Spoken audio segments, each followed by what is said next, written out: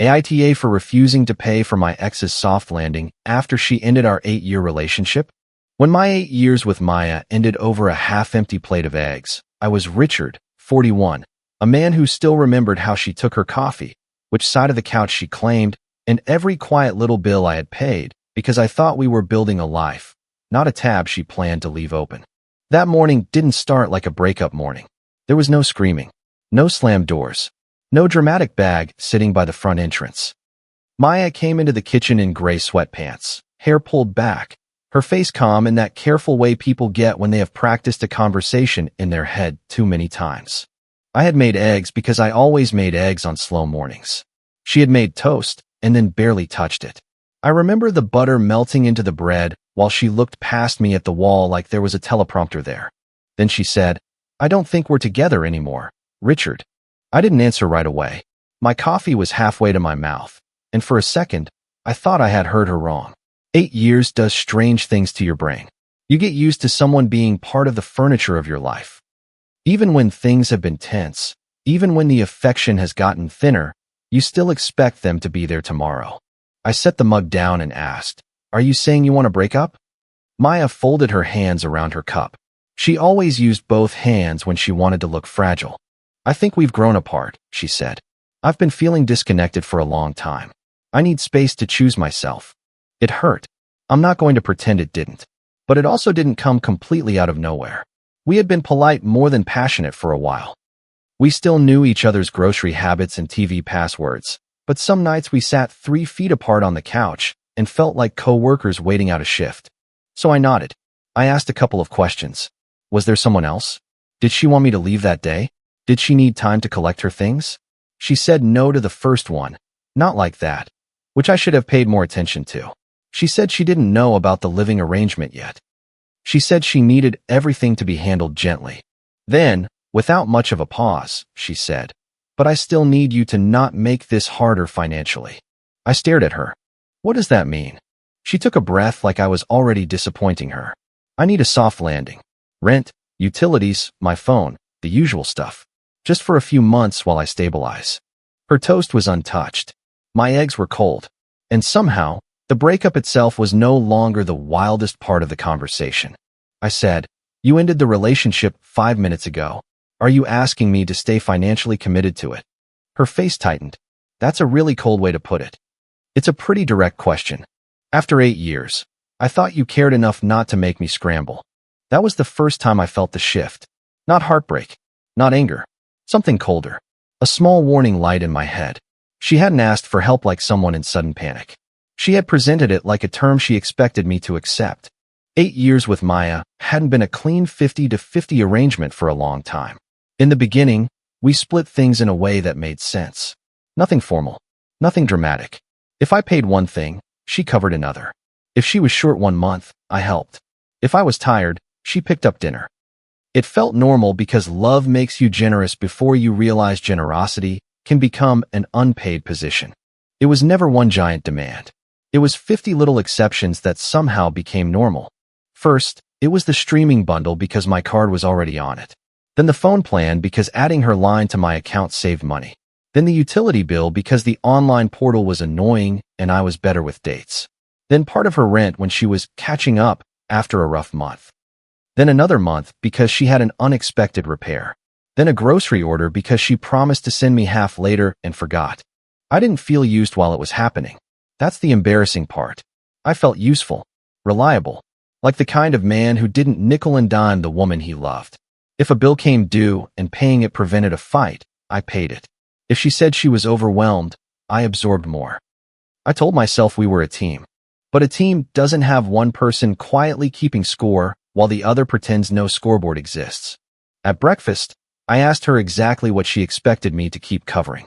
She looked away. I don't have a full list in front of me. Rent. For now. Utilities. They're in both our names. My card is the one on file. She shrugged like that was a minor technicality. Right, but it's still shared history. My phone plan. I can't just switch that overnight. The subscriptions? Richard. She sighed. Do we really have to do this like a business meeting? I almost laughed, and not because anything was funny. You're asking me for money, I said. A business meeting would actually make more sense than whatever this is. Her eyes filled, but no tears fell. That was Maya's pattern. She knew how to get to the edge of crying and wait for everyone else to cross the bridge to comfort her. I just thought after everything, I wouldn't have to beg for basic decency. You're not begging, I said. You're telling me the relationship is over, but the payments continue. She pushed her chair back. I can't talk to you when you're reducing 8 years to a transaction. Then she walked out of the kitchen and left me with cold eggs, untouched toast, and the first real suspicion that the breakup had been planned in every way except the part where I got to stop paying. I didn't explode. I wanted to. I wanted to follow her and ask how long she had been rehearsing that speech. I wanted to ask who had taught her to use words like soft landing and emotional safety while making a rent request. But I had spent enough years with Maya to know that if I raised my voice would become the story. So I cleaned the kitchen. It sounds ridiculous, but that's what I did. I scraped eggs into the trash, rinsed the plates, wiped the counter, and gave myself something normal to do while my brain caught up. Then I sat at the kitchen table with my laptop and opened a blank spreadsheet. The columns were simple: bill, account holder, usual payer, next due date, transfer or cancel date, notes. I started filling it in from memory. Phone plan. Account holder, Richard. Usual payer, Richard. Next due date, the 18th. Transfer date, within 14 days. Notes, Maya needs release PIN. Utilities. Account holder, both names visible in portal. Usual payer, Richard's card. Next due date, the 22nd. Transfer or cancel date, end of billing cycle. Notes, remove card, request separate billing. Streaming bundle. Account holder, Richard. Usual payer, Richard. Next due date, tomorrow. Transfer or cancel date, today. Notes, change password. A shared storage subscription, a meal app, a roadside account she had used twice, an old gym add-on I had forgotten was tied to my card. The list kept growing. Each line felt small until I saw them together. By noon, a rent reminder hit my email because I had covered a portion of her rent through a recurring transfer before. Her name was on that lease, not mine. I had help because we were together and because she said she needed a cushion. Now the app was reminding me like nothing had changed. A few minutes later, my bank sent a notification. Scheduled payment tomorrow, streaming bundle. Then another. Auto-pay scheduled, wireless account. Then a utility reminder. I stared at my phone and realized the breakup wasn't just emotional. It was logistical. It had tentacles. I sent Maya an email that afternoon. Not a long one. No insults. No pleading. Maya, as of this morning, you ended our relationship. I accept that. I am putting shared and recurring expenses in writing, so there is no confusion. I will not continue as a financial partner after the relationship has ended. I will transfer, cancel, or remove my payment method from the accounts listed below by the dates provided. Richard. I attached the spreadsheet. She texted 11 minutes later. A spreadsheet? Seriously? I replied, yes. I want everything clear. She wrote back, you're making this feel so transactional. I typed 3 different responses and deleted all of them. Finally, I sent, the relationship ending is emotional. The bills are practical. We need clarity on both. Her next text came fast. I shouldn't have to sign up for compassion like it's a payment plan. There it was again. Compassion. Basic decency. Soft landing. Every phrase was arranged to make a boundary sound like cruelty. I put my phone face down and went for a walk. I remember the air feeling too bright, like the world was being normal on purpose to annoy me. A guy down the block was washing his truck. Someone's dog was barking. Everything outside my head kept moving. When I came back, I had 3 missed calls from Maya and 1 voicemail. I didn't play it. I already knew if I heard her voice, I might get pulled into the old rhythm where she sounded hurt, and I started solving the hurt by paying for something. I texted, I'm keeping this in writing so we both have clarity. She responded with a paragraph. You don't get to say you loved me and then leave me struggling because I chose myself. You know what my finances look like. You know I need time. This is making me feel unsafe. I read it twice. Then I took a screenshot. That was the first receipt. Over the next 2 days, the story started reaching people before I did. Caleb texted first. Caleb was the kind of friend who wanted everyone to get along so badly that he would stand in a burning room and suggest opening a window instead of leaving. Look, I don't know what happened between you two, he wrote, but she's saying you pulled the rug out from under her. Is that true? I stared at the message in the grocery aisle with a basket full of things I no longer had to buy 2 versions of. Just 1 loaf of bread. 1 carton of eggs. No almond creamer because Maya was the only one who drank it. I wrote back. She ended the relationship. I gave written dates for ending shared expenses. That is the whole answer. He replied, she's really upset, man. Says you're cutting her off at her lowest. At her lowest. That phrase appeared again later from Alicia. I'm not trying to get in the middle, Alicia texted, but Maya says you're using money to punish her for leaving. That doesn't sound like you, but it's ugly if true. I liked Alicia. She was blunt, sometimes too blunt, but fair when she had all the facts. The problem was that Maya had made sure nobody had all the facts. I responded, I'm not punishing her for leaving. I'm refusing to keep paying for a role she ended. Alicia didn't answer for a while. Then she sent, okay. I hope that's really what it is. That stung more than I expected. The first public jab happened at a small dinner a week later. I almost didn't go, but Caleb had pushed for it, saying everyone could be adults. It wasn't a party. Just 6 people at a casual place. Menus sticky from too many hands. Music loud enough to make every awkward pause feel even louder. Maya arrived late and sat 2 chairs away from me. She looked tired in a way that felt selected for the room. No makeup, oversized sweater, that brave little smile people use when they want witnesses. At first, everyone talked around us. Sports. A bad movie someone had watched. Caleb's new grill. Then Alicia asked Maya how she was doing. Maya looked down at her water. I'm learning a lot about who shows up when things get hard, she said. The table quieted. I kept my eyes on my plate. She continued. Richard is showing me who he really is now that he can't control me with money anymore. There it was. Not hinted. Not implied. Delivered right into the center of the table.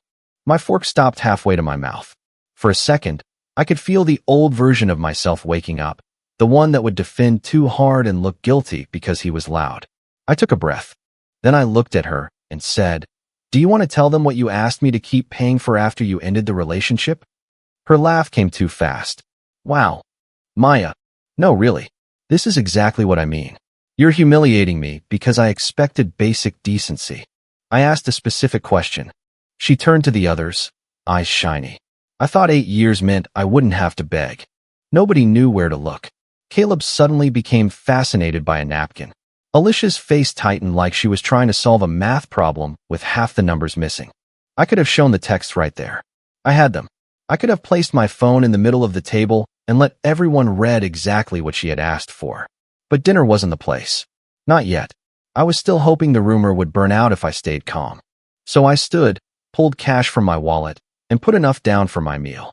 Caleb said, Rich, come on. I said, I'm not going to perform this argument in public. Then I left. That night Maya texted me. You embarrass me tonight. I replied, you accuse me publicly. I asked one clarifying question. She wrote, you always know how to make yourself sound reasonable. I didn't answer. The next morning, I began separating accounts more seriously. Not angrily. Methodically. Passwords first. Safecards second. Shared devices third. I had an old tablet in a drawer that we both had used for recipes, streaming, ordering takeout, and random browsing from the couch. It had been logged into a shared browser profile for years because neither of us had bothered to separate anything. I charged it, opened it, and started signing out. That was when the search history synced. At first, it was normal junk. Dinner recipes. A show title. A discount code. Then I saw a search from several weeks before the breakup. How long should an ex help after breakup? My stomach sank. Below it was another. How to break up, but stay financially supported. Then another. Soft launch new relationship after long-term breakup. I sat very still. The dates were from before the breakfast. Not after. Not in a panic. Before. I didn't go digging like a detective with a grudge. I need to be clear about that. I wasn't trying to read her whole life. I was signing out of a device that had both of our shared account history on it. But the results were right there, synced under a profile I was about to wipe. Then a message preview popped up in the corner from an old synced app. Just a preview. A line and a half. Enough. It was from Maya to a friend whose name I recognized, but had never been close to. I don't love him like that anymore, but it would be stupid to walk away before I'm set up. I read it once. Then again. Then I put the tablet down like it had turned hot. That sentence did something the breakup hadn't done. The breakup hurt. The money request offended me. But that sentence clarified me. It would be stupid to walk away before I'm set up. Not scared. Not overwhelmed. Set up. I screenshotted the search history and the preview. Nothing else. I didn't open the thread. I didn't scroll. I didn't look for Trevor or whoever not like that might have meant. I wasn't looking for pain. I was looking for proof I wasn't crazy. After that, I moved differently. Phone calls went unanswered. Emails got short replies. Texts got saved. The spreadsheet became final. I sent Maya one more email. Maya, any expense not legally or mutually assigned to me will end on the dates listed below. I will release your phone line upon request and provide the transfer PIN once. Utilities will be removed from my card at the end of the billing cycle. Shared subscriptions under my name will be canceled or password protected today. I will not contribute to rent or any new lease renewal. Richard. She replied by text instead of email. You know you won't actually cut me off. That's not who you are. I looked at that message for a long time. It was probably the most honest thing she had sent me. I wrote back. You ended the relationship. I accept that. I will not continue funding the parts of it you still find useful. She called 6 times. I didn't pick up. By the end of that week, Denise got involved. Denise was Maya's older sister and had always treated me with polite distance, like I was a decent appliance Maya had picked out. Useful, but not family. Her first message came on a Friday afternoon. You don't get to spend 8 years with someone and then act like she means nothing because she didn't marry you. I read it while standing in front of the fridge, which suddenly looked strange without Maya's little magnets and appointment card stuck to it. I replied, I am not responsible for financially supporting someone who ended our relationship. Denise fired back immediately. That is such a cruel technicality. She is devastated. You know she depended on you. There it was again. Depended on you. As if dependence had appeared in the room by accident and not been arranged, extended, and then weaponized. I didn't argue with Denise. I sent one email to her and Maya, with the same factual tone I had been using. As of May 12th, Maya ended the relationship. After ending it, she asked me to continue paying or contributing to rent, utilities, her phone line, subscriptions, and other recurring expenses. I provided written end dates and transfer options.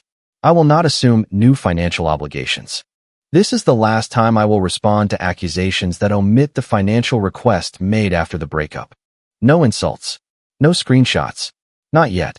The family messages slowed, but they didn't stop. A cousin sent me a paragraph about loyalty. Someone else sent, real men don't abandon women when things get uncomfortable. I almost responded to that one. I had a whole speech ready in my head about how being a man didn't mean becoming an emergency fund for someone who had already emotionally left. But I deleted it. People who want a villain don't read paragraphs. They look for lines they can quote. Then Caleb invited me to a backyard game night. It was framed like a normal thing. Casual barbecue. Cards. A board game people never finished. Nothing intense.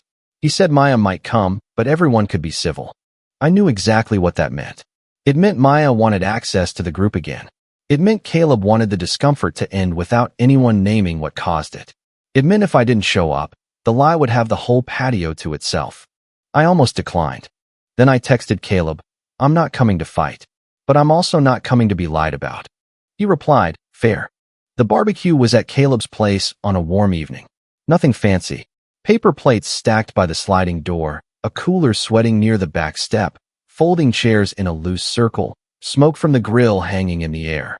Someone was shuffling cards inside. A half-finished board game sat on the patio table because Caleb always convinced people to start games nobody had the attention span to finish. Maya was already there when I arrived. She was laughing with Alicia near the cooler, holding a plastic cup with both hands. Trevor was there too, which surprised me less than it should have. I had met him a handful of times through group gatherings. One of those guys who always stood slightly outside the circle but knew exactly when to laugh. He gave me a quick nod and looked away. Maya saw me and went quiet for half a second. Then she smiled like we were two mature people bravely surviving inconvenience. Hi, Richard, she said. Hi. I got a plate, took a burger, and stayed near the edge of the group. I made small talk. I didn't mention money. I didn't mention the tablet. I didn't mention the text where she said I wouldn't actually cut her off. I just existed in the same space as her without apologizing for it. For about an hour, it worked. Then someone made a joke about relationships being expensive. It wasn't even aimed at us. A harmless joke about dates, delivery fees, and people pretending they don't care where they eat. Maya took her opening. She gave a small laugh and said, "Some people only act generous when they think it buys loyalty." The patio changed temperature. Alicia looked at me. Caleb shut the grill lid too hard. Trevor stared into his cup. Maya kept going, softer now, which made it worse. "I've just learned that money can be used to control who gets to leave. There are moments when you feel your old self trying to make one last bad decision. Mine wanted to unload everything. The search history, the message preview, the rent reminder, the guilt texts, every bank alert. Every month I had quietly covered something while she acted like my hesitation to discuss money made me more loving. But I didn't need to prove she was a monster. I only needed to correct the lie. I set my paper plate on the patio table, pulled out my phone, and placed it face up between us. "Maya," I said, "you ended the relationship." I accepted that. What I didn't accept was being assigned the role of your unpaid safety net while you told everyone I abandoned you. She blinked.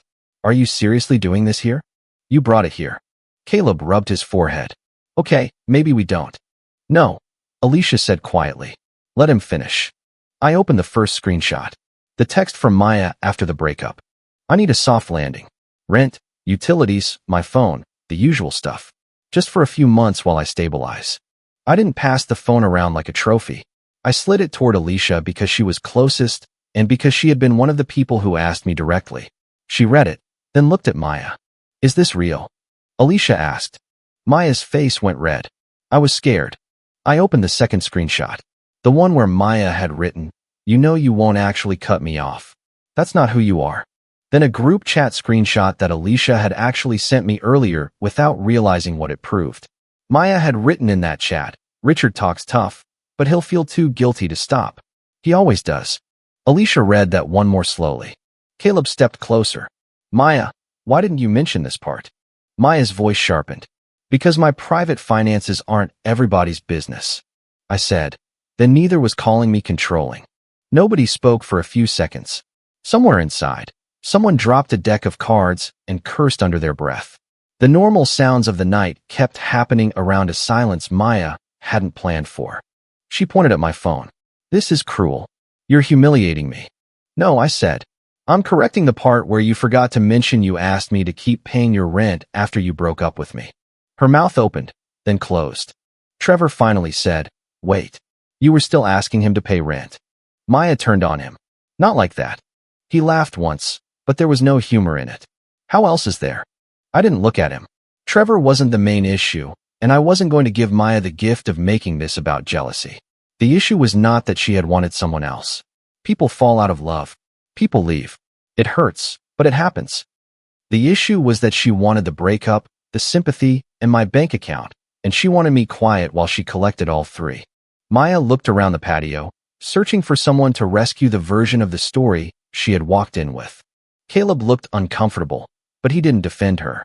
Alicia handed my phone back to me and said, "I didn't know she asked you to keep paying after she ended it." "I know," I said. Maya snapped. "Of course you're enjoying this." I put my phone in my pocket. "I'm not enjoying any of it. I spent 8 years with you. I wanted a clean ending. You chose a public accusation." She crossed her arms. "You could have helped me without making me feel like a burden." "I did help you," I said. "For years. Then you ended the relationship and treated my help like an exit package you were owed." Her eyes filled again. This time a tear actually fell. A month earlier, it would have moved me. That night, it only made me sad. I picked up my plate, threw it in the trash, and looked at Caleb. "Thanks for having me." Caleb said, "Rich, you don't have to leave." "I know." Then I looked at Maya one last time and said, "I'm done paying for a relationship that you ended and a story you invented." I left before the night could turn into a trial. The aftermath was quieter than I expected, which somehow made it feel more real. There was no big dramatic explosion. No one stood on a chair and declared me innocent. People just stopped repeating Maya's version with confidence. Alicia texted me the next morning. "I should have asked you before I judged you. I'm sorry."